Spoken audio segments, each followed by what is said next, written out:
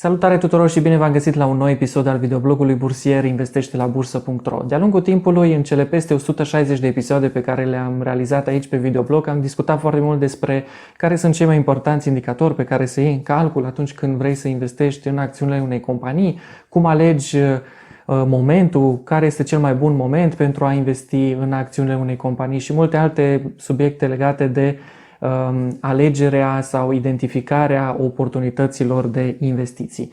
Dar probabil unii dintre voi vă întrebați când este cel mai bun moment să vinzi acțiunile unei companii. Merită să le vinzi sau trebuie să le ții în portofoliu pentru o perioadă lungă de timp, chiar o veșnicie? Acesta este subiectul pe care mi-am propus să-l abordez în acest episod, când să vinzi o acțiune. Pentru cei care nu mă cunosc, numele meu este Rareș Mihailă, sunt fondatorul proiectului Investește la Bursă și a comunității cu același nume. Este o secțiune premium pe site-ul Investește la Bursă, unde am adunat și am construit de-a lungul timpului o serie de instrumente care să ne ajute pe noi, investitorii la Bursa de Valori București, să facem investiții mult mai bine documentate. Așadar, dacă vreți să aflați toate avantajele pe care le au membrii comunității, vă invit pe site-ul Investește la Bursă, la secțiunea Comunitate, să citiți mai multe detalii. În cariera noastră de investitor vom fi puși uneori în situația de a lua decizia de a vinde anumite acțiuni sau instrumente din portofoliul nostru. Cum luăm această decizie? Care sunt factorii pe care ar trebui să-i luăm în considerare? Celebrul Warren Buffett spunea la un moment dat: "Our favorite holding period is forever." Warren Buffett vrea să sublinieze aici că atunci când investești la bursă ar trebui să ai în vedere un orizont de investiții pe termen lung, dorind să sublinieze importanța unei perspective pe termen lung. Însă chiar și Warren Buffett a fost pus de mai multe ori în situația de a lua decizia de a vinde anumite acțiuni din portofoliul său. A vândut Disney, a vândut McDonald's și recent a vândut chiar toate companiile din sectorul aeronautic, Delta, American Airlines și multe alte simboluri din acest sector. Dacă ne uităm la cum a evoluat portofoliul Berkshire Hathaway, putem vedea că în ultimii 25 de ani, din top 9 companii pe care le avea în portofoliu acum 25 de ani, la finalul anului 2018 mai erau doar 3 dintre aceste top 9 companii. Așadar, este normal ca de-a lungul timpului să ne schimbăm opinia despre anumite simboluri, anumite companii pe care le avem în portofoliu și să fim nevoiți să vindem din aceste acțiuni. Dar care sunt motivele pe care ar trebui să le avem în vedere atunci când facem acest pas? În primul rând, nu prețul este unul dintre factorii pe care ar trebui să avem în vedere. Dacă o acțiune a scăzut astăzi cu 5% sau în această săptămână s-a depreciat cu 10%, nu ar trebui să ne sperie și să luăm decizia imediată de a lichida acea poziție din portofoliu. Poate ar trebui să ne dea de gândit și să acumulăm acțiuni la acea companie. Dacă un tricou se vinde astăzi cu 20 de lei și mâine se vinde cu 15 lei, nu este același tricou? Dacă l-am apreciat la prețul de 20 de lei și am vrut să-l cumpărăm, păi la prețul de 15 lei ar trebui cu atât să fim mai tentați să cumpărăm acel produs. Așadar, atunci când avem în vedere vânzarea unui simbol, trebuie să luăm în considerare alți factori și ar trebui să pornim în analiza noastră exact de la aceleași motive pe care le-am avut în vedere și când am cumpărat acțiunile acelei companii. Cu siguranță fiecare dintre noi, atunci când investim în acțiunile unei companii, ne creăm anumite așteptări, avem o viziune asupra parcursului acelei companii în următoarea perioadă, că va avea o creștere a cifrei de afaceri, că va distribui dividende mai bune în următorii ani, că, va face eventuale alte achiziții și își va consolida poziția pe piață în următorii ani. Dacă acești factori fundamentali nu se mai potrivesc în actualul context sau se schimbă de-a lungul timpului, acest lucru ar trebui să ne dea de gândit și ar trebui să lichidăm sau nu acea poziție din portofoliu. În cadrul Jurnalului Investitorului, un produs pe care l-am lansat în anul 2018, aveam o secțiune specială pentru investitorii care vreau să facă investiții mult mai bine documentate și informate, o secțiune în care fiecare investitor atunci când investea în acțiunile unei companii, trebuia să completeze să facă un fel de chestionar și să treacă acolo câteva motive pentru care a făcut o investiție sau urmează să facă o investiție într-o companie. Le ceream acolo investitorilor să completeze evoluția cifrei de afaceri pe baza ultimelor rezultate financiare, care sunt motivele, cel puțin 3 motive pentru care investește în acțiunile unei companii, care sunt așteptările lui pentru următoarea perioadă. Așadar îi provocam pe investitori să gândească puțin investițiile pe care le fac și cu siguranță dacă trec cu pixul pe foaie motivele pentru care investesc în acțiunile unei companii, cu siguranță le va da un pic de gândit și nu vor face investiții bazate așa pe impuls.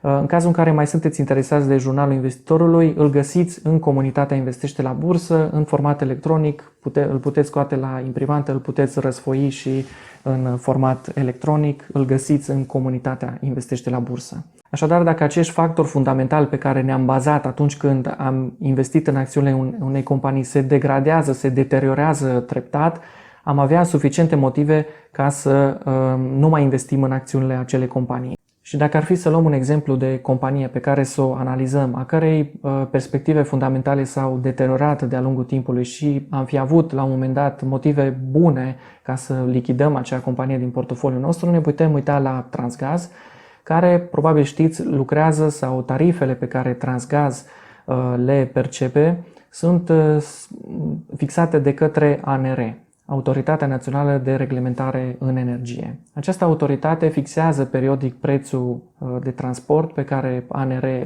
care Transgaz îl poate percepe și periodic fixează noi tarife și s-a întâmplat de-a lungul timpului să penalizeze Transgaz pentru că nu și-a respectat planul de investiții. Dacă ne intrăm în comunitatea Investește la Bursă ca să vă arăt și ce date găsiți acolo și am adunat de-a lungul timpului date pentru peste 30 de companii listate la Bursa de Valori București. Putem vedea aici la indicatorii specifici Transgaz, veniturile pe segmente de transport în milioane de lei, tariful de transport național care ne interesează pe noi, total gaze transportate și consumul tehnologic, valoarea consumului tehnologic. Pe noi ne interesează acest tarif transport național. Și putem vedea că în 2014-2015 Transgaz opera cu un tarif de transport de peste 5,5 lei, undeva 5,7 lei pe megawattoră. Între timp, din 2014 încoace, ANR a tot penalizat Transgaz pentru că nu și-a respectat probabil planul de investiții și a ajuns acum în martie 2020 să lucreze cu un tarif de 1,5 lei pe megawattoră. Ce s-a întâmplat cu profitabilitatea Transgaz? Păi dacă ne uităm la evoluția cifrei de afaceri la nivel anual, mergem aici mai jos, sărim peste raportul trimestrial. Dacă ne uităm la raportul anual, la nivelul cifrei de afaceri din 2014 până în 2019, putem vedea că în 2015-2016 Transgaz raporta o cifră de afaceri de 1,6-1,8 miliarde de lei. Între timp, cifra de afaceri a intrat pe un trend descendent și a ajuns în 2019 la 1,57 miliarde de lei. Ce s-a întâmplat cu profitabilitatea companiei? Păi a scăzut, încet profitabilitatea a scăzut, am ajuns în 2019 la 349 de milioane de lei, mult mai mică decât în anii 2016-2017 când am avut 500, peste aproape 600 de milioane de lei. Și asta însemna și dividende mai importante. Între timp și rata de distribuție a profitului a scăzut.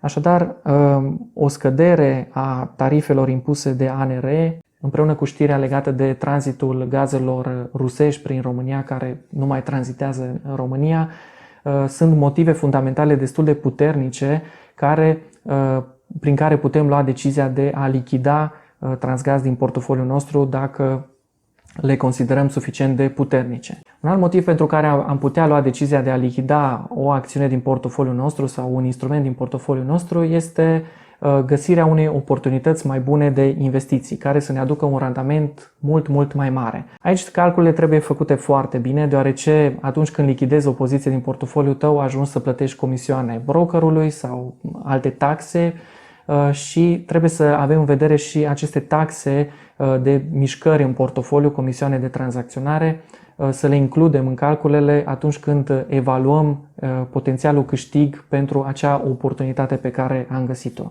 Un alt motiv pentru care am putea lua decizia de a vinde acțiunile din portofoliul nostru este pentru că acțiunea devine prea scumpă. Însă mare atenție, aici nu trebuie să ne luăm după prețul acțiunii de pe bursă.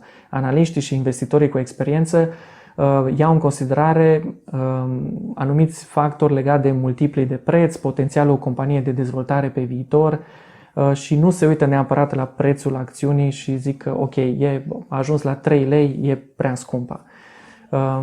Trebuie să ne uităm la multiplii de preț, cum de exemplu PER, Enterprise Value pe EBITDA, Price per Sales și mulți alți multipli de preț. Am mai discutat despre multipli de preț la un moment dat, probabil într-un alt video vom intra în astfel de detalii.